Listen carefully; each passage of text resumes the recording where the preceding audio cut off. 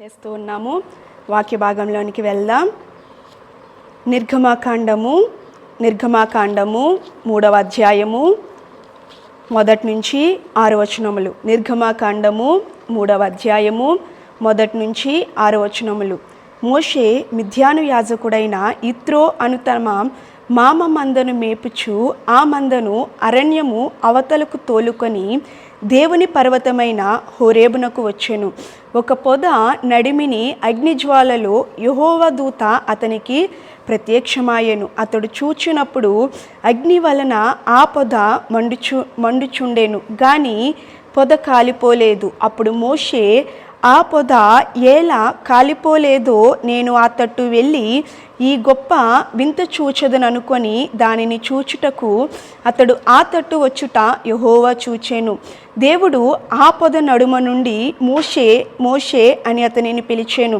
అందుకతడు చిత్తము ప్రభువా అనెను. అందుకాయన దగ్గరకు రావద్దు, నీ పాదముల నుండి నీ చెప్పులు విడువుము, నీవు నిలిచియున్న స్థలము పరిశుద్ధ ప్రదేశము అనెను. మరియు ఆయన నేను నీ తండ్రి దేవుడను, అబ్రహాము దేవుడను, ఇస్సాకు దేవుడను, యాకోబు దేవుడను అని చెప్పగా మోషే తన ముఖము కప్పుకొని దేవుని వైపు చూడవెరచెను. ప్రార్థన చేసుకుందాం. మహోన్నతుడైన ప్రభువా, గొప్ప దేవుడా, ఆశ్చర్యకార్యములు జరిగించు ప్రభువా, మీకే వందనములు స్తుతులు స్తోత్రములు చెల్లిస్తున్నాము ప్రభువా. ఈ దినము ప్రభా మరొక మారు తండ్రి నీ లేఖన భాగాన్ని ధ్యానించుకునటానికి ప్రభా నీవిచ్చిన అవకాశమును బట్టి ధన్యతను బట్టి ప్రభా మీకే వందనములు చెల్లిస్తున్నాము ప్రభా. ఈ మాటల ద్వారా తండ్రి వింటున్న మా అందరి హృదయాలను కూడా ప్రభు మీరు సంధింపచేసి ప్రభా మాటల ప్రకారము జీవించగలిగే జీవితాన్ని అనుగ్రహించి సహాయము చేయమని యేసు నామమున అడిగి వేడుకొనుచున్నాము తండ్రి, ఆమేన్. అయితే ఇక్కడ మోషే గారు మిద్యాను యాజకుడైన యిత్రో అను తమ మామ మందను మేపుచు ఆయన అరణ్యములో అవతల వైపుకు తోలుకొని దేవుని పర్వతమైన హోరేబునకు వచ్చాను. అయితే అక్కడికి వచ్చి తమ మామ మందను మేపుచూ ఉండగా తనకు ఒక దృశ్యము అనేది కనిపించింది. ఏంటి ఆ దృశ్యము అని గనక మనము చూస్తే అక్కడ పొద అనేది మండుచూ ఉన్నది కానీ అది ఏమాత్రము కూడా కాలిపోవట్లేదు. దాని నుంచి ఏమాత్రము బూడిద అనేది వచ్చి కింద రాలుతున్నట్లుగా తనకి కనిపించట్లేదు. అది ఎలా ఉంది అనేసి అంటే మండుతూ ఉంది కానీ కాలిపోవట్లేనట్టుగా కనిపిస్తూ ఉంది. ఇదేదో ఒక వింతగా ఉన్నది అని తను దానిని చూద్దాము అని దాని యొద్దకు వెళ్ళడము అనేది మనము చూస్తున్నాం. తను ఆ పొద దగ్గరికి రావడాన్ని ఎవరు చూశాడు అనేసి అంటే దేవుడు చూసి ఏమంటున్నాడు అనేసి అంటే మోషేని పిలుస్తున్నాడు. అప్పుడు మోషే అంటున్నాడు, చిత్తము ప్రభువా, ఏమిటి సెలవివ్వండి అని అడుగుతూ ఉన్నప్పుడు అందుకు దేవుడు ఏమంటున్నాడు అనేసి అంటే దగ్గరకు రావద్దు, నీ పాదముల నుండి నీ చెప్పులు విడువుము, నీవు నిలిచి ఉన్న స్థలము పరిశుద్ధ ప్రదేశము అనెను. ఈ దినము చూడండి, మనము మందిరానికి వచ్చేటప్పుడు కొన్ని నియమ నిబంధనలతోటి వస్తాం. చాలామంది మందిరానికి వచ్చేటప్పుడు తలారా స్నానం చేయలేదే మందిరానికి రావడానికి ఇష్టపడరు. అయితే చెప్పులు బయట పెట్టే మనము మందిరము లోపలికి వస్తాము. ఇలాంటివన్నీ కూడా ఏంటి అని గనక మనం ఆలోచిస్తే బాహ్యపరముగా విడిచిపెట్టి మనము మందిరములోనికి వస్తాం. శరీరము మీద ఉన్న మురికినంతటిని కూడా శుభ్రము చేసుకొని స్నానము చేసి మనము దేవుని యొక్క మందిరంలోనికి రావడానికి ఇష్టపడతాం. మనము ఎక్కడెక్కడి నుంచో నడిచి వస్తాము కాబట్టి మన చెప్పులకి బాడీ అనేది అంటుకుంటుంది కాబట్టి దానిని మనము బయట విడిచిపెట్టి వస్తాము. ఈ విధముగా మనము కొన్ని వాటిని కొంచెము మురికగా ఉన్న వాటిని పాడైన వాటిని దేవుడి మందిరంలోనికి మనము దేవుని యొద్దకు మనము తీసుకుని రావడానికి ఇష్టపడము. అయితే మనము పైకి కనిపించే ఈ దేహమునే ఇంత పరిశుద్ధముగా అనుకొని దేవుడి మందిరంలోనికి అడుగు పెడుతున్న మనము మన హృదయంలో ఉన్న చెడుతనము కానీ పాపము కానీ కోపము కానీ వీటన్నిటినీ కూడా మనము మందిరము బయటనే దేవుని దగ్గరకు తీసుకుని రాకుండానే మనము వాటిని మన జీవితాల్లో నుంచి విడిచిపెట్టే అనుభవాన్ని మనము కలిగి ఉండాలి. అయితే మనము చాలాసార్లు అనుకుంటాము, విడిచిపెడదాం అనుకుంటున్నాము కానీ విడిచిపెట్టలేకపోతున్నాము. అయితే మనము దేవుని యందు విశ్వాసం ఉంచిన మనము, దేవుని పిల్లలుగా పిలువబడుతున్న మనము విడిచిపెడదాము అనుకుని విడిచిపెట్టలేకపోతున్నాము అనేసి అంటే మనము చేస్తున్న భక్తి ఎలా ఉన్నదో, మనమైన వాక్యానికి ఎంత విధేయతని మనము చూపిస్తున్నామో మనము అర్థం చేసుకోవాలి. అయితే మనము చాలాసార్లు చెప్తాం, నాకు దేవుడు అంటే చాలా భయము, భక్తి అని. భయము ఏం చేస్తోంది అనేసి అంటే మనము కలిగి ఉన్న ప్రతి ఒక్క పాపాన్ని కూడా విడిపించే విధముగా మనకి సహాయము అనేది చేస్తోంది. దేవుని యొక్క భయము మనలో ఉన్నప్పుడు దేవునికి వ్యతిరేకముగా ఏ పని కూడా చేయడానికి మన హృదయము మనల్ని ప్రేరేపించదు. అయితే దేవుని యొక్క భక్తి మనలో ఉన్నప్పుడు మనము కలిగి ఉన్న ప్రతి ఒక్క ప్రవర్తనను కూడా మంచిగా కాపాడుకునే విధముగా దేవుని యొక్క భక్తి మనల్ని కాపాడుతూ ఉంటుంది. ఈ విధముగా మనము భయము భక్తి ఎప్పుడైతే కలిగి ఉంటామో అప్పుడు దేవుని ఎదుట మనము దేవునికి ఏదైతే అయిష్టముగా ఉన్నదో, దేవుడు ఏదైతే విడిచిపెట్టమని మనకి సెలవిస్తూ ఉన్నాడో దానిని మనము విడిచిపెట్టగలిగే అనుభవాన్ని మనము కలిగి ఉంటాం. ఈ దినము మనము జ్ఞాపకము చేసుకుందాం, మన జీవితంలో నుంచి దేవుడు ఏమి విడిచిపెట్టమని చెప్తూ ఉన్నాడు అని గనక మనము జ్ఞాపకము చేసుకుంటే, యోబు గ్రంథము 11వ అధ్యాయము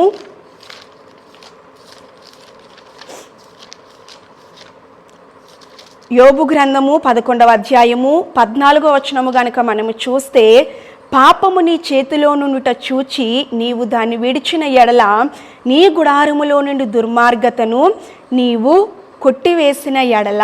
అయితే ఇక్కడ మనం చదువుతున్నాము, పాపము నీ చేతిలో నుండుట చూచి నీవు దాన్ని విడిచిపెట్టిన ఎడల.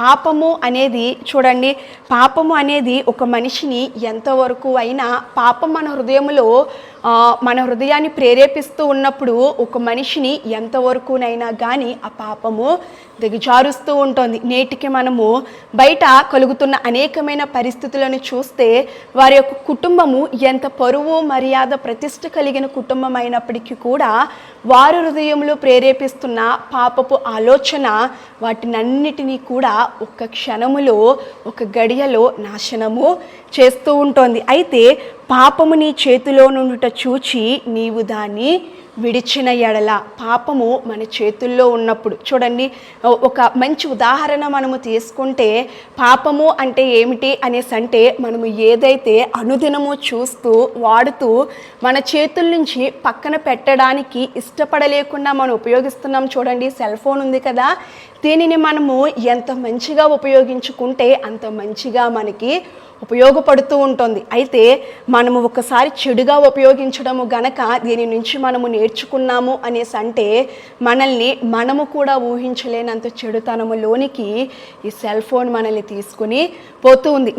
నేటి దినాల్లో మనము చూస్తే చాలామంది చిన్నపిల్లలు, యవనస్తులు దేని ద్వారా పాడైపోతున్నారు అనేసి అంటే టెక్నాలజీ డెవలప్ అవుతోంది, అనేకమైన మంచి విషయాలు ఈ టెక్నాలజీ ద్వారా మనము నేర్చుకుంటున్నాము అనుకునే లోపే ఇంకను అనేకమైన మంది ఇదే టెక్నాలజీ ద్వారా, ఇదే సెల్ ఫోన్స్ ద్వారా పతనమైపోతున్న స్థితులను మనము చూస్తూ ఉన్నాము. కాబట్టి పాపము నీ చేతిలో నుండి చూచి నీవు దాన్ని విడిచిపెట్టుము. పాపము మన చేతిలో ఉండడాన్ని చూసి మనము దాన్ని విడిచిపెట్టాలి. యోసేపు జీవితాన్ని గనక మనము చూస్తే, ఆయన చూడండి, పాపము తన కనుల ఎదుట అక్కడ నిలిచి ఉంది. అయితే అక్కడ ఆ స్త్రీ తన వస్త్రపు చెంగుని పట్టుకొని ఉంది. అయితే అక్కడ యోసేపు ఏం చేశాడు అనేసి అంటే పాపమును అక్కడ విడిచిపెట్టి, పాపము దగ్గర తను నిలువ తగదు అని తను గ్రహించి అక్కడ పాపమును విడిచిపెట్టి దూరముగా పారిపోయిన స్థితిని మనం అక్కడ చూస్తూ ఉన్నాము. నేటి దినాల్లో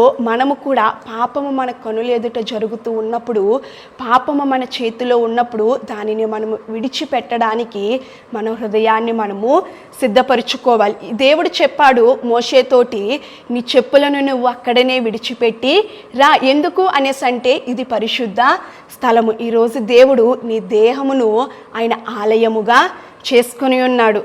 కాబట్టి మన దేహమును మనం ఎంత పరిశుద్ధముగా కాపాడుకోవాలి అని గనక మనం ఆలోచన చేస్తే ఎటువంటి పాప సంబంధమైన ఆలోచనలు కానీ, పాప సంబంధమైన పనులు కానీ మనము చేస్తున్న ఎడల మనము ఎవరిని అపవిత్రపరుస్తున్నాము అనేసి అంటే దేవుడు ఆయన యొక్క పరిశుద్ధమైన నివాస స్థలముగా ఎంచుకొని ఉన్న మన హృదయమును మనం అపవిత్రము చేస్తూ ఉన్నాము. కాబట్టి నేడు మనము ఆలోచన చేస్తే పాప సంబంధమైనది ఏది మన చేతుల్లో మనము పెట్టుకొని ఉంటున్నామో, ఏది మన ఆలోచనలో మనము పెట్టుకొని మనము వాటి చొప్పున ప్రవర్తిస్తూ ఉంటున్నామో వాటిని గనక మనము విడిచిపెట్టగలిగితే దేవుడు మన జీవితంలో ఒక నూతనమైన అద్భుత కార్యములు చేయడానికి ఆయన సిద్ధముగా ఉన్నాడు. అయితే చూడండి, ఇంకొక మాటని మనము చూస్తే యోహాను వ్రాసిన మొదటి పత్రిక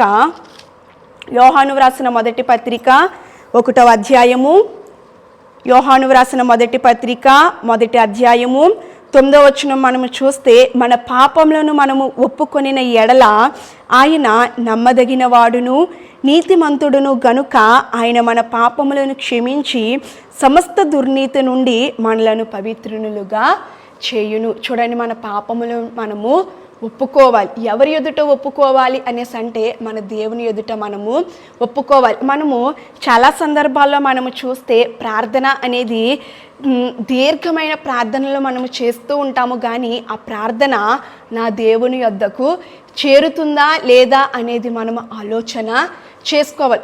ఒకసారి ఆలోచించుకుందాం. హృదయంలో మనము పాపమును లక్ష్యము చేసి మనము ఎంత ప్రార్థన చేసినా కానీ అది ఏ విధముగా ఉంటుంది అనేసి అంటే బూడిదలో పోసిన పన్నీరు ఏ విధముగా వ్యర్థమైపోతూ ఉంటుందో అదే విధముగా ఈ దినము మనము చేస్తున్న ప్రార్థనకు జవాబు అనేది మనము పొందుకోలేకపోతున్నాము. మొదటిగా మనము దేవుడి ఎదుట ప్రార్థిస్తున్నాము అనేసి అంటే దేవుడి ఎదుటకు మనము రావడానికి ఇష్టపడుతున్నాము అనేసి అంటే మనము దీనిని విడిచిపెట్టాలి అనేసి అంటే మన పాపములను మనము ఒప్పుకొని ఆయన సన్నిధిలో ఒప్పుకొని ప్రతి ఒక్క దానిని కూడా విడిచిపెట్టే అనుభవాన్ని మనము కలిగి ఉండాలి. మన పాపములను మనం ఒప్పుకొని విడిచిపెడితే దేవుడు నమ్మతగిన వాడు అలాగే నీతిమంతుడును గనుక మన పాపములను క్షమించి సమస్త దుర్నీతి నుండి కూడా మనలను పవిత్రునులుగా చేయును. ఆయన మన పాపములను క్షమించడానికి సిద్ధముగా ఉన్నాడు. మనము ఎంతటి పాపము చేసిన వారమైనా కానీ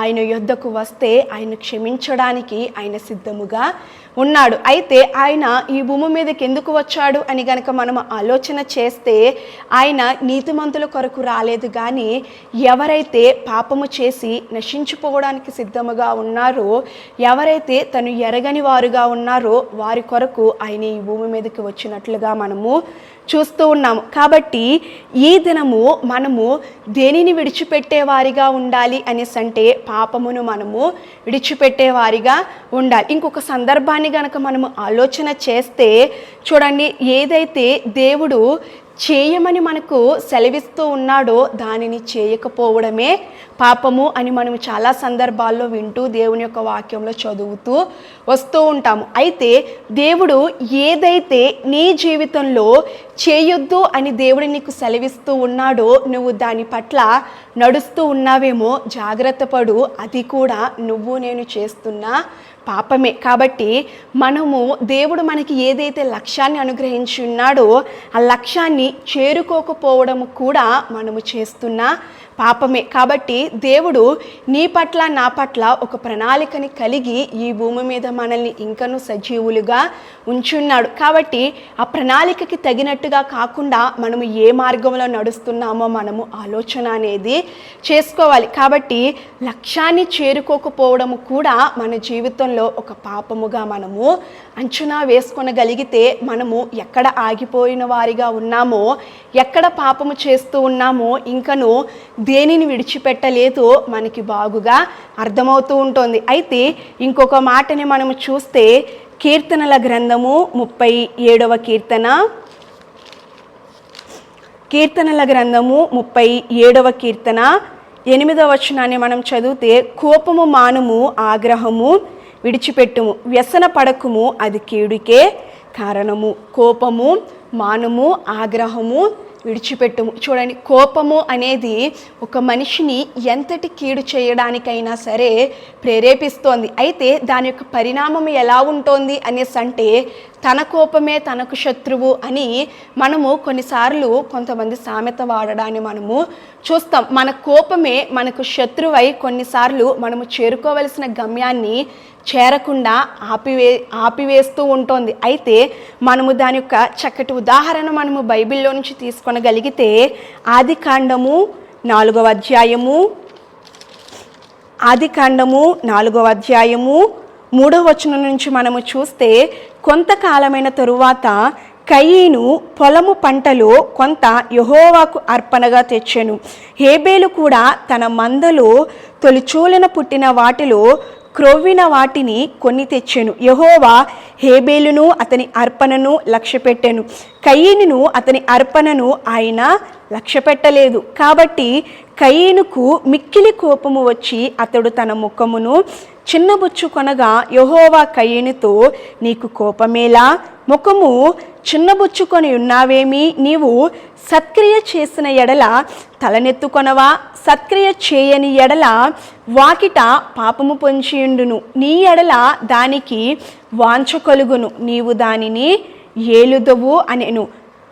కయీను తన తమ్ముడైన హేబేలుతో మాట్లాడాను. వారు పొలములో ఉన్నప్పుడు కయీను తన తమ్ముడైన హేబేలు మీద పడి అతనిని చంపెను. చూడండి, ఇక్కడ కయీను జీవితాన్ని గనక మనము అర్థము చేసుకొనగలిగితే, కయీను అర్పణను దేవుడు అక్కడ లక్ష్యము చేయలేదు.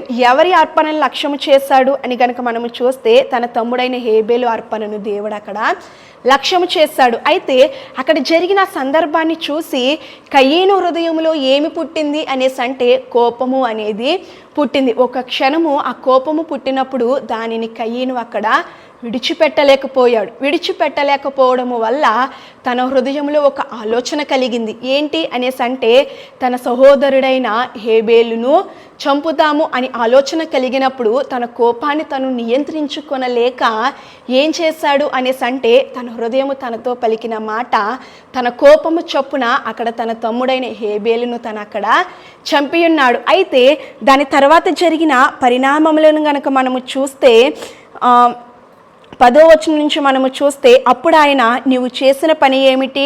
నీ తమ్ముని రక్తం యొక్క స్వరము నేలలో నుండి నాకు మొరపెట్టుచు ఉన్నది. కావున నీ తమ్ముని రక్తమును నీ చేతిలో నుండి పుచ్చుకొనుటకు నోరు తెరిచిన ఈ నేల మీద ఉండక నీవు శపించబడిన వాడవు. నీవు నేలను సేద్యపరిచినప్పుడు అది తన సారమును ఇక మీదటి నీకు ఇయ్యదు. నీవు భూమి మీద దిగులు పడుచు దేశదిమ్మరివై ఉందువు అనెను. అందుకు కయీను, నా దోష శిక్ష నేను భరించలేనంత గొప్పది. చూడండి, ఇక్కడ తను భరించలేనంత దోష శిక్షను తాను పొందుకొనిన వాడిగా ఉండడాన్ని మనము చూస్తూ ఉన్నాము. నేటి మన జీవితాల్లో ఎక్కువ శాతం మనము చూస్తే కోపాన్ని నియంత్రించుకోలేని పరిస్థితులు మనము చూస్తూ ఉంటున్నాము. అదే కోపము చొప్పున అనేకమైన పరిస్థితులు జరుగుతూ ఉండడాన్ని కూడా మనము నేటి వర్తమాన కాలంలో మనము మన చుట్టూ జరుగుతున్న పరిస్థితుల్లో చూస్తూనే ఉంటున్నాం. ఈరోజు మనలో కలుగుతున్న కోపాన్ని మనము విడిచిపెట్టడానికి ఇష్టపడాలి.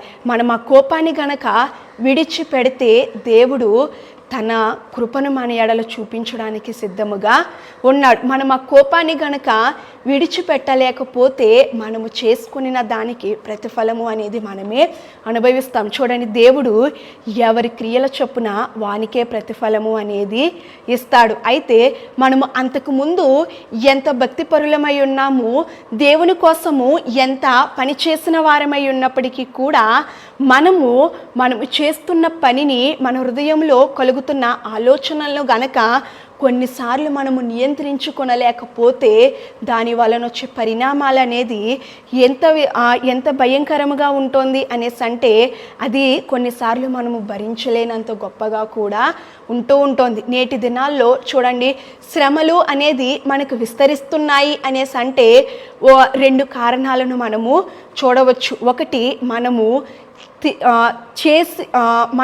చేసిన తప్పుల వలన మనకు శ్రమలు అనేది విస్తరిస్తూ ఉండొచ్చు. ఇంకొకటి, దేవుడు ఆయన పరీక్షా కాలానికి మనల్ని అప్పగిస్తూ ఉండొచ్చు. చాలామంది శ్రమలు కలుగుతూ ఉన్నప్పుడు దేవుడు నన్ను పరీక్షించేస్తున్నాడు అని అనుకుంటున్నాము తప్ప నా జీవితంలో శ్రమ కలగడానికి గల కారణం ఏమిటి అని ఆలోచించగలిగే సందర్భాలు చాలా తక్కువగా మనము ఆలోచిస్తూ ఉన్నాము. ఈరోజు మన జీవితంలో శ్రమలు అనేది విస్తరిస్తున్నాయి అనేసి అంటే మన జీవితంలో మనము ఊహించలేని పరిణామాలు జరుగుతూ ఉన్నాయి అనేసి అంటే అన్నిసార్లు కూడా దేవుడు పరీక్షా కాలానికి మాత్రమే నిన్ను అప్పగించడు. మన జీవితంలో మనము ఎక్కడ తప్పు చేసిన వారిగా ఉన్నామో, కొన్నిసార్లు ఎక్కడ మన హృదయ ఆలోచనను మనము నియంత్రించుకొనలేక మనము పాపము చేత లేదంటే కోపము చేత పడి ఉన్నామో, ఆ స్థితులను కనుక మనము జ్ఞాపకము చేసుకుంటే మనకి అర్థమవుతూ ఉంటుంది. చూడండి, దేవుని వాక్యం సెలవిస్తుంది, మనం చదువుకుని ఉన్నాము, కోపము మానుము, ఆగ్రహమును విడిచిపెట్టుము అని దేవుని వాక్యము సెలవిస్తూ ఉంది. దేవుడు ముందుగానే నీకు చెప్పాడు. ఏమని అంటే కోపము మానుము, ఆగ్రహమును నువ్వు విడిచిపెట్టు అని. ఆ వాక్యము నీకు నాకు కూడా బాగుగా తెలుసు. దానిని తెలిసి ఉండి కూడా దానిని మన జీవితాల్లో మనము అవలంబించుకొనలేకపోతున్నాం. అప్పుడు కోపము ద్వారా మనకి పలానా శ్రమ అనేది వచ్చినప్పుడు, పలానా ఇబ్బంది అనేది మన జీవితంలో వచ్చినప్పుడు మరలా నువ్వు దేవుని యొద్దకు వచ్చి దీనిని తప్పించు అని దేవుని నువ్వు అడుగుతున్నావు అనేసి అంటే నువ్వు జ్ఞానివా అజ్ఞానివా అని నీకు నువ్వే ప్రశ్న అనేది ఈరోజు నువ్వు వేసుకొనాలి. అయితే దేవుని వాక్యం నీతో ముందుగానే సెలవిస్తోంది. నీకు కోపము వస్తోందా, దానిని నువ్వు మానుము. నీకు ఆగ్రహము గలవాడవై ఉన్నావా, దానిని నువ్వు విడిచిపెట్టు అని దేవుని వాక్యం ఎన్నోసార్లు నీతో మాట్లాడి ఉంది. అయినప్పటికీ కూడా నువ్వు నీ కోపాన్ని నియంత్రించుకొనలేక కోపము చొప్పున నీ పని నువ్వు చేసి ఉన్నావు. అయితే దానికి ప్రతిఫలము కూడా నువ్వు ఖచ్చితంగా అనుభవించాల్సిందే. కాబట్టి అలాంటి సమయాల్లో నువ్వు దేవుని యొద్దకు వచ్చి, దేవుడా దీనిని నా యొద్ద నుంచి నువ్వు తీసివేయి, ఎందుకు నాకు ఇది ఇచ్చావు అని అడిగే అర్హత నీకు నాకు ఏమాత్రమును కూడా లేదు. అయితే ఇంకొక మాటని మనము చూస్తే సామెతల గ్రంథము 3వ అధ్యాయము, సామెతల గ్రంథము 3వ అధ్యాయము 7వ వచనం. సామెతల గ్రంథము 3వ అధ్యాయము 7వ వచనాన్ని కనుక మనము చూస్తే, నేను జ్ఞానిని కదా అని నీవు అనుకొనవద్దు, యెహోవా యందు భయభక్తులు కలిగి చెడుతనమును విడిచిపెట్టుము. చూడండి, నేను జ్ఞానిని కదా అని నీవు అనుకొనవద్దు. చాలాసార్లు చూడండి, యెహోవా యందు భయభక్తులు కలిగి చెడుతనమును విడిచిపెట్టుము. మనము చేసింది తప్పు అయినప్పటికీ కూడా ఆ తప్పుకి ఏం వెతుక్కుంటాము అనేసి అంటే కారణాలు వెతుక్కుంటూ ఉంటాం. నేను ఈ తప్పు ఎందుకు చేశాను అంటే దేవుని వాక్యం సెలవిస్తోంది, తప్పు చేయమని దేవుని వాక్యం ఎప్పుడూ కూడా నీతో చెప్పట్లేదు.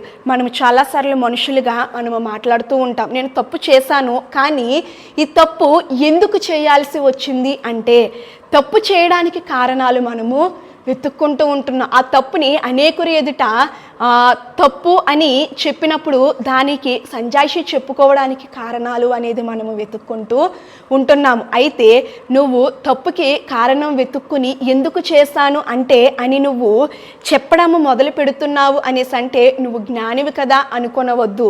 ఎందుకు అనేసి అంటే యెహోవా యందు భయభక్తులు కలిగి చెడుతనమును నీవు విడిచిపెట్టుము. అయితే మనము ఏ చెడుతనము అయితే చేస్తూ ఉన్నామో దానిని మనము విడిచిపెట్టాలి. అయితే మనము దేవుని యందు భయభక్తులు కలిగి నేను జీవిస్తున్నాను అని మనం అంటున్న మనము చేసే క్రియలో చెడుతనము అనేది కనిపిస్తోంది అనేసి అంటే మన నోటి ద్వారా మనము అబద్ధము చెప్తున్నట్టే. అయితే చూడండి, చాలాసార్లు మనము చెప్పే మాటలకి మనము చేసే పనులకి ఏమాత్రము కూడా పొంతన అనేది ఉండదు. అది చూసేవారికి ఎలా ఉంటుంది అనేసి అంటే అన్యజనులకు మరి ముఖ్యంగా ఎలా ఉంటుంది అనేసి అంటే హేళనకరముగా ఉంటుంది. నేటి దినాల్లో క్రైస్తవుల వలన దేవుని నామము అవమానించబడుతోంది అనేసి అంటే హేళన చేయబడుతోంది అనేసి అంటే మనము చెప్తున్నాము కానీ దానిని మన ప్రవర్తనలో అనుసరించే విధముగా మన క్రియలు అనేది ఉండట్లేదు. చెప్పడమే కదా అని, నోటి మాటయే కదా అని మనము ఏది పడితే అది చెప్తున్నాము, కానీ చెప్తున్న మనము దానిని మన జీవితంలో అవలంబించడానికి మనము ఇష్టపడట్లేదు. అయితే మనము దేవుడి యందు భయభక్తులు కలిగి ఉన్నాము అని అనేక మార్లు మనము చెబుతూ ఉన్నాము, కానీ ఆ భయభక్తులు కలిగి ఉండిన వ్యక్తి ప్రవర్తించే ప్రవర్తన అనేది మన జీవితంలో ఉండట్లేదు. అయితే ఈ దినము మనము ఏ చెడుతనములో అయితే బ్రతుకుతూ ఉన్నామో, ఏ చెడుతనము అయితే మనము చేస్తూ ఉన్నామో దానిని మనము విడిచిపెట్టే అనుభవము కలిగి ఉండాలి. అయితే రాజుల మొదటి గ్రంథము 11వ అధ్యాయము, రాజుల మొదటి గ్రంథము 11వ అధ్యాయము 3 నుంచి 6 వచనాలు గనక మనము చదివితే, అతనికి 700 మంది రాజకుమార్తెలైన భార్యలను 300 మంది ఉపపత్నులను కలిగి ఉండిరి. అతని భార్యలు అతని హృదయమును త్రిప్పివేసిరి. సొలొమోను వృద్ధుడైనప్పుడు అతని భార్యలు అతని హృదయమును ఇతర దేవతల తట్టు తిప్పగా, అతని తండ్రి అయిన దావీదు హృదయము వలె అతని హృదయము దేవుడైన యెహోవా ఎడల యథార్థము కాకపోయెను. సొలొమోను అష్తారోతు అను సిదోనీల దేవతను, మిల్కోము అను అమోనీలు హేయమైన దేవతలను అనుసరించి నడిచెను. ఈ ప్రకారము సొలొమోను యెహోవా దృష్టికి చెడు నడత నడిచి తన తండ్రి అయిన దావీదు అనుసరించినట్లు యథార్థ హృదయముతో యెహోవాను అనుసరింపలేదు. ఇక్కడ చూడండి, సొలొమోను గతి ఏ విధముగా ఉన్నది అనేసి అంటే, చూడండి సొలొమోనుకి దేవుడు ఎంత ఆధిక్యతనిచ్చి ఉన్నాడు అనేసి అంటే, దావీదు దేవుని యొక్క మందిరము కట్టాలి అని ఒక గొప్ప ఆలోచన తనకి కలిగినప్పుడు, తను ప్రతి దాన్ని కూడా సిద్ధము చేసుకుని ఉంచినప్పుడు దేవుడు అన్నాడు, నువ్వు కట్టొద్దు, నీ తర్వాత నీ కుమారుడు మందిరాన్ని కడతాడు అని దావీదుకి లేని చక్కటి ధన్యతను దేవుడు సొలొమోనుకి ఇచ్చి ఉన్నాడు. అయితే చూడండి, సొలొమోనును రాజుగా అభిషేకించినప్పుడు నాకు జ్ఞానము లేదు అని దేవుడి యొద్ద ప్రార్థించినప్పుడు దేవుడు చూడండి సొలొమోనుకి చక్కటి జ్ఞానము కలిగిన ఆత్మను, వివేచనను దేవుడు అతనికి అనుగ్రహించున్నాడు. అయితే ఐశ్వర్యమును ఘనతను కూడా దేవుడు అతడికి అనుగ్రహించున్నాడు. అయితే చూడండి, భూమి మీద ఇక ముందు నీ వంటివాడు ఎవడును కూడా పుట్టలేదు, ఇక మీదట నీ వంటివాడు ఎవడు కూడా ఈ భూమి మీద పుట్టడు అని ఒక గొప్ప అభిషేకము దేవుడు తనకి ఇచ్చున్నాడు. అటువంటి చక్కటి జ్ఞానమును దేవుడు సొలొమోనుకి ఇచ్చున్నాడు. అయితే సొలొమోను జ్ఞానమును చూడడానికి, ఆయన యొక్క ఆలోచన విధానమును పరీక్షించడానికి అనేకమైన వారు తన యొద్దకు వచ్చినప్పుడు తమ ఎదుట చేతులు కట్టుకొని నీ జ్ఞానము గొప్పది అని ఒప్పుకొని తన ప్రాంతంలోకి తిరిగి వెళ్ళిన పరిస్థితులను కూడా మనము చూస్తున్నాం. తన యొక్క స్థితి మొదట ఎంత గొప్పగా ఉన్నదో చూడండి. అయితే తొదకు వచ్చేసరికి తన స్థితి ఎలా మారిపోయింది అనేసి అంటే, చూడండి ఇక్కడ దేవుని వాక్యం సెలవిస్తోంది. 6వ వచనంలో మనము చూస్తే, యెహోవా దృష్టికి చెడు నడత నడిచి తన తండ్రి అయిన దావీదు అనుసరించినట్లు యథార్థ హృదయముతో యెహోవాను అనుసరింపలేదు. యథార్థ హృదయముతో యెహోవాను అనుసరింపలేదు. ఎందుకు అనుసరింపలేదు అని గనక మనం చూస్తే, తను చెడు నడత అనేది నడిచి ఉన్నాడు. ఏంటా చెడు నడత అనేసి అంటే, అనేక మంది భార్యలను ఆయన చేసుకుని ఉన్నారు. అయితే ఆ భార్యలందరూ ఏమి చేశారు అనేసి అంటే, తన యొక్క హృదయాన్ని త్రిప్పివేసి ఉన్నారు. అయితే ఈ విధముగా తన జీవితంలో దేవుడు ఏదైతే చెయ్యొద్దు అని సెలవిచ్చి ఉన్నాడో వాటిని అన్నిటినీ కూడా సొలొమోను తన జీవితంలోనికి ఆహ్వానించి ఉన్నాడు. అయితే తద్వారా కలిగిన ఫలితం ఏంటి అనేసి అంటే, తన రాజ్యము 2 ముక్కలు చేయబడింది. చూడండి, అదైనా సరే దేవుడు తన ద్వారా ఎందుకు ఆ రాజ్యాన్ని ఇచ్చున్నాడు అనేసి అంటే, 2 గోత్రాలని మాత్రము తన కుమారుడికి దేవుడు ఇచ్చున్నాడు. ఎందుకు అనేసి అంటే, దావీదుని జ్ఞాపకము చేసుకొని తన రాజ్యము ఇంకనూ ఉండునట్లు దేవుడు అక్కడ కృపను చూపించాడు. చూడండి, ఈరోజు మన జీవితాల్లో కూడా మనము జ్ఞానవంతులము లేదు అనేసి అంటే, మనము చాలా తెలివైన వారము అని మనం అనుకుంటూ ఉండొచ్చు. మనము దేవుని వాక్యపు వెలుగులోనికి గనక వచ్చి మన జీవితాల్ని మనము పరీక్షించుకొనటానికి గనక మనము ఇష్టపడితే మనము తప్పు ఎక్కడ చేశామో మనకి అర్థమవుతూ ఉంటుంది. అయితే మనము చాలాసార్లు చేసే ప్రార్థన ఎలా ఉంటుంది అనేసి అంటే దేవుడికి కూడా మనము కారణాలు చెప్పే ప్రార్థనలు మనము చేస్తూ ఉంటాము. అయితే చూడండి, దేవుడికి కారణాలు ఏమాత్రము కూడా అవసరము లేదు. ఎందుకు అనేసి అంటే దేవుడు ఏమాత్రము నరమాత్రుడు కాదు. నీ ప్రతి ఒక్క హృదయాలోచన ఆయన ఎరిగి ఉన్నాడు. నీ ప్రతి ఒక్క తలంపును ఆయన ఎరిగి ఉన్నాడు. నువ్వు నడుస్తున్న నడతను ఆయన ఎరిగి ఉన్నాడు. నువ్వు చూస్తున్న చూపును, నువ్వు చేసే పనిని, నువ్వు ఏదైతే కలిగి ఉన్నావో ప్రతిదీ కూడా ఆయన ఎరిగి ఉన్న దేవుడు. కాబట్టి ఆయన యొద్దకు వచ్చి కారణాలు నువ్వు ఏమి చెప్పాల్సిన అవసరము లేదు.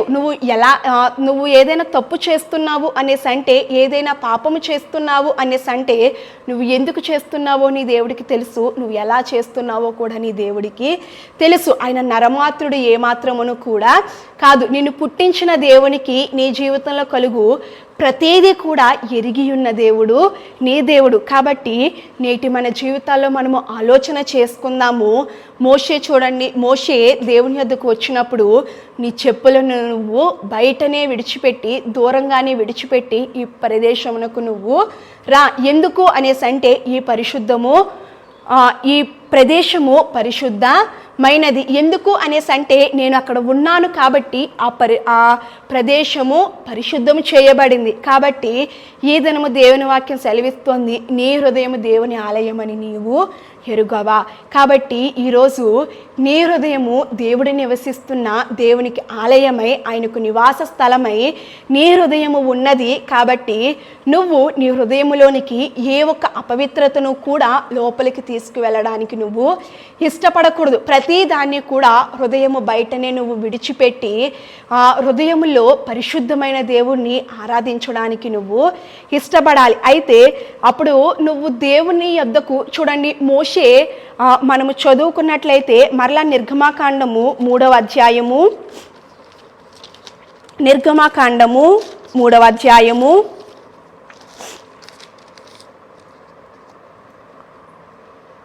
3వ వచనంలో మనము చూస్తే, అప్పుడు మోషే ఆ పొద ఏల కాలిపోలేదు, నేను ఆ తట్టు వెళ్ళి ఈ గొప్ప వింత చూచెదననుకొనేను. చూడండి, మోషేని దేవుడు అక్కడ మోషే మోషే అని పిలిచాడా, మోషేయే వెళ్ళి చూద్దాము అనుకున్నాడా అనేసి అంటే మోషే అంతటా మోషేయే అక్కడ పొద మండుతోంది కానీ కాలిపోవట్లేదేంటా ఈ వింత అనేది చూద్దాము అని దేవుని యొద్దకు నడిచి వెళ్తున్న సందర్భాలను మనం ఇక్కడ చూస్తూ ఉన్నాము. అయితే 4వ వచనంలో మనము చూస్తే, దానిని చూచుటకు అతడు ఆ తట్టు వచ్చుట యెహోవా చూచెను. ఆ తట్టు అతడు వచ్చుట యెహోవా చూచెను. చూడండి, దేవుని వైపు నువ్వు రావడము అది నీ ఇష్టము చొప్పున ఆధారపడి ఉన్నది. ఆ పరిశుద్ధ స్థలములోనికి నువ్వు గనక రావడానికి ఇష్టపడగలిగితే, నడవడానికి నువ్వు ఇష్టపడగలిగితే, ఇప్పుడు 4వ వచనంలో మనము చూస్తాము, దేవుడు ఆ పొద నడుమ నుండి మోషే మోషే అని అతనిని పిలిచెను. అందుకతడు చిత్తము ప్రభువా అనేను. చూడండి, మోషేని దేవుడు అక్కడ ఎప్పుడు పిలిచాడు అనేసి అంటే, మోషే అటువైపుగా చూసి చూడనట్టుగానే వెళ్ళిపోతూ ఉంటే, మోషే మోషే ఆగు, ఇటురా, నా దగ్గరికి రా అని ఇక్కడ కేకేస్తున్నట్లు మనము చూడట్లేదు. మోషే ఆ పరిశుద్ధ స్థలమును చూశాడు.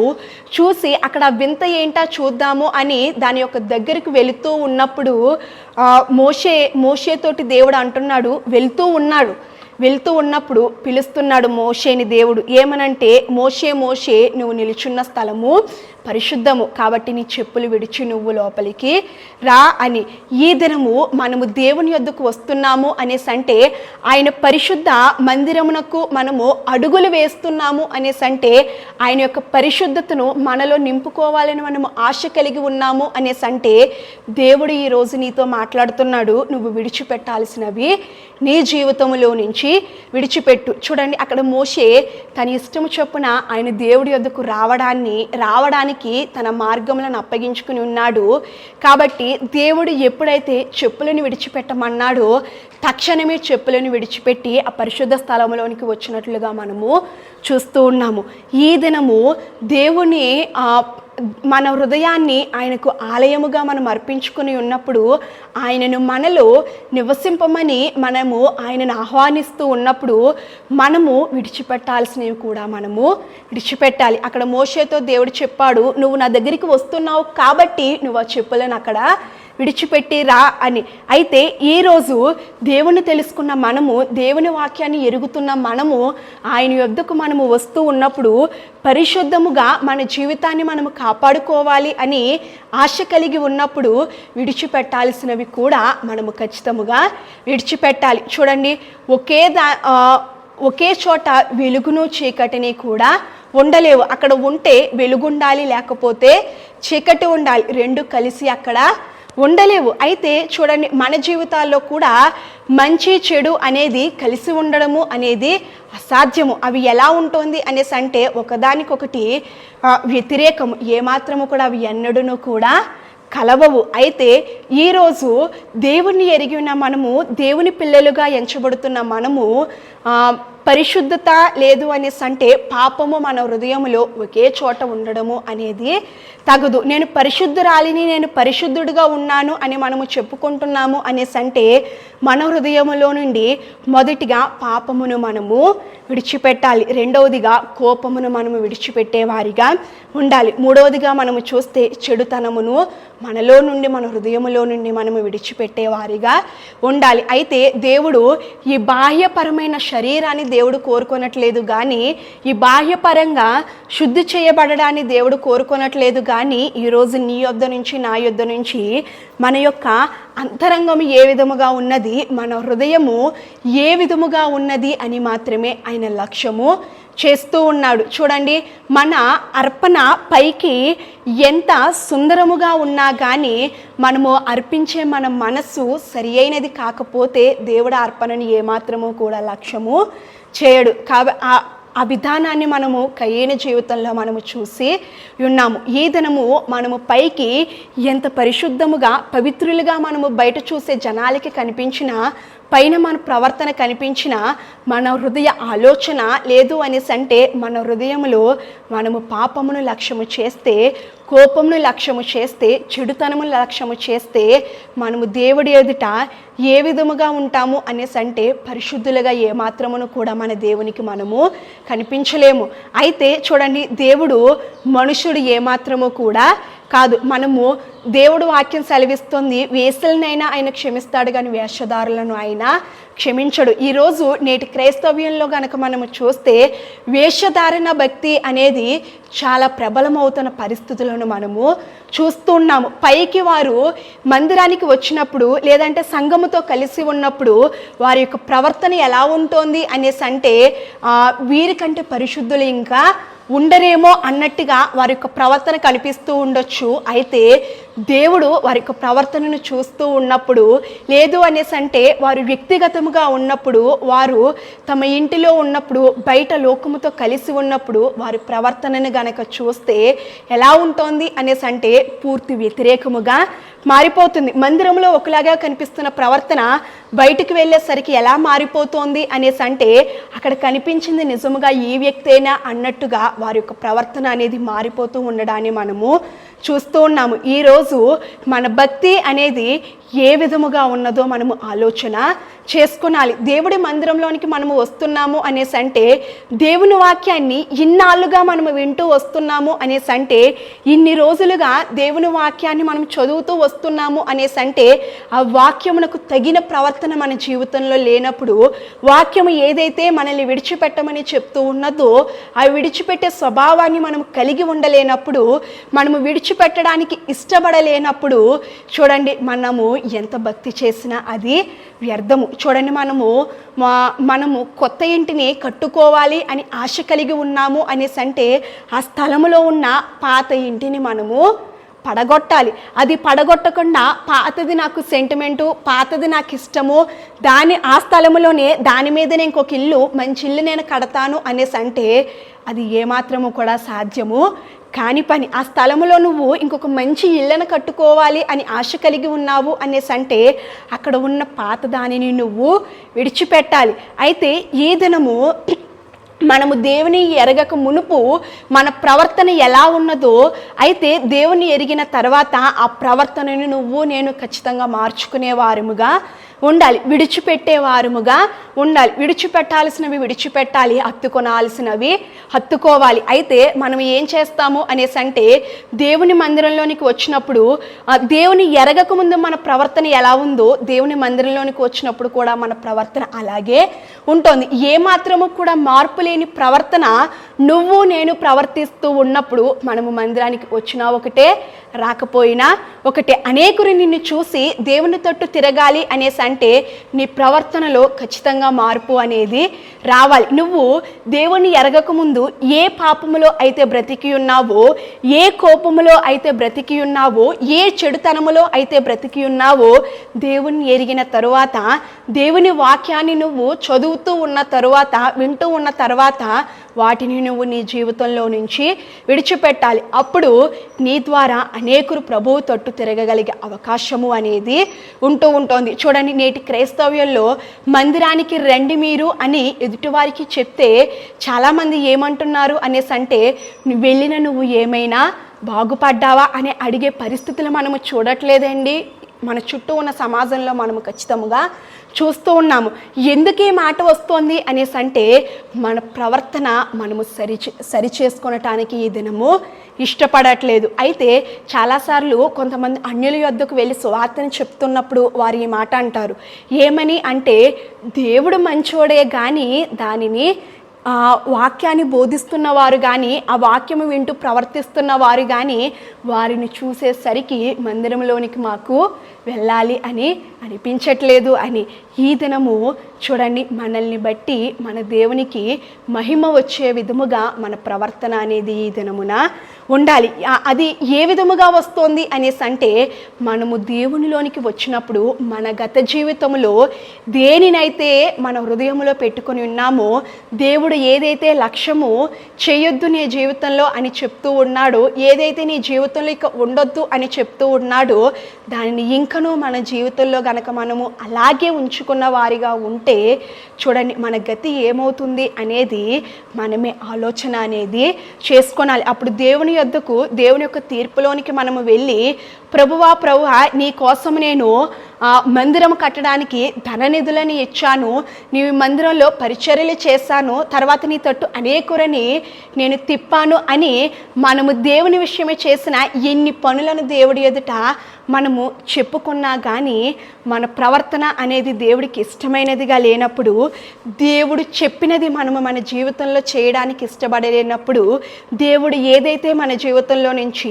విడిచిపెట్టమని చెప్పాడో దానిని మనము విడిచిపెట్టలేనప్పుడు మనము ఎన్ని పనులు చేసినా కానీ అది దేవుని ఎదుట ఎలా ఉంటుంది అనేసి అంటే, నువ్వెవరో నేను ఎరుగను అనే దేవుడు మనతో మాట్లాడుతూ ఉంటాడు. ఈ దినము నేను క్రమము తప్పకుండా వారము ఆదివారం నేను మందిరానికి వస్తున్నాను, కానుకలు ఇస్తున్నాను, దశంభాగాలు ఇస్తున్నాను, లేదంటే మందిరం యొక్క పరిచర్య ఏదైనా చేస్తే పరిచర్యలో నేను పాలు పొందుకుంటున్నాను, పాటలు పాడేస్తూ ఉన్నాను, వాక్యాన్ని చదివేస్తూ ఉన్నాను, ప్రార్థనలు చేసేస్తూ ఉన్నాను అని మనం అనుకుంటూ ఉన్నామేమో. ఈరోజు దేవుని వాక్యం సెలవిస్తోంది, మన జీవితంలో నుంచి దేవుడికి ఇష్టం లేని క్రియలు ఏవైతే ఉన్నాయో వాటిని గనక మనము విడిచిపెట్టడానికి గనక మనము ఇష్టపడకపోతే ఇవన్నీ ఎన్ని చేసినా కూడా అవన్నీ కూడా వ్యర్థమే అవుతూ ఉంది. అయితే ఈ దినము మనము దేవుని యొద్దకు వద్దాము. ఆయన ఎదుట మన మనసును ఉంచి ప్రార్థన చేయగలిగితే మనము నిజముగా మన హృదయములో వేటినైతే ఇంకనూ తీసివేయకుండా, విడిచిపెట్టకుండా మన హృదయములో అలాగే మనము ప్రతిష్ఠించుకుని ఉంచుకుని ఉన్నామో మనకి అర్థమవుతూ ఉంటుంది. వాటిని గనక విడిచిపెట్టగలిగితే దేవుడు మన పట్ల ఒక నూతనమైన క్రియను చేయడానికి ఆయన సిద్ధముగా ఉన్నాడు. కాబట్టి ఈరోజు వాక్యాన్ని విన్న మనము, వాక్యాన్ని చదువుకొని ఉన్న మనము ఈ వాక్యాన్ని గ్రహించి మన జీవితంలో విడిచిపెట్టవలసిన పాపమును విడిచిపెట్టేవారిగా ఉందాము, విడిచిపెట్టవలసిన కోపమును మనము విడిచిపెట్టేవారిగా ఉందాము, విడిచిపెట్టవలసిన చెడుతనమును మనము విడిచిపెట్టేవారిగా ఉందాము. అప్పుడు మన దేవుడు మనలో నివసిస్తాడు, మనము పరిశుద్ధముగా చేయబడతాము. ప్రార్థన చేసుకుందాం. మహోన్నతుడైన ప్రభువా, గొప్ప దేవుడా, ఆశ్చర్యకార్యములు జరిగించు ప్రభువా, నమ్మతగిన తండ్రి, ప్రేమ కలిగిన ప్రభువా, కరుణా సంపన్నుడైన దేవా, మీకే వందనాలు, స్తుతులు, స్తోత్రములు చెల్లిస్తున్నాము ప్రభా. ఈ దినము ప్రభా, ఈ వాక్యము ద్వారా తండ్రి మరి ఒక మారు తండ్రి మా హృదయములను తండ్రి సంధించిన విధానాన్ని బట్టి మీకే వందనములు చెల్లిస్తున్నాము ప్రభా. ఇంకనూ ప్రభా, మా జీవితాల్లో ప్రభా ఏదైతే తండ్రి విడిచిపెట్టలేకుండా మేము ఉంచుకుని ఉన్నామో ప్రభా, మా హృదయంలో తండ్రి వాటిని ప్రతిష్ఠించుకుని ఉన్నామో తండ్రి, ప్రతి ఒక్క వాటిని కూడా ప్రభా విడిచిపెట్టగలిగే కృపని మీరు అనుగ్రహించి సహాయం దయచేయమని అడుగుచున్నాము ప్రభా. ప్రతి ఒక్క వాటిని విడిచిపెట్టి ప్రభా పరిశుద్ధముగా తండ్రి చేయబడగలిగే కృపని మీరు అనుగ్రహించి సహాయం చేయమని యేసు నామమున అడిగి వేడుకొనుచున్నాము తండ్రి. ఆమేన్.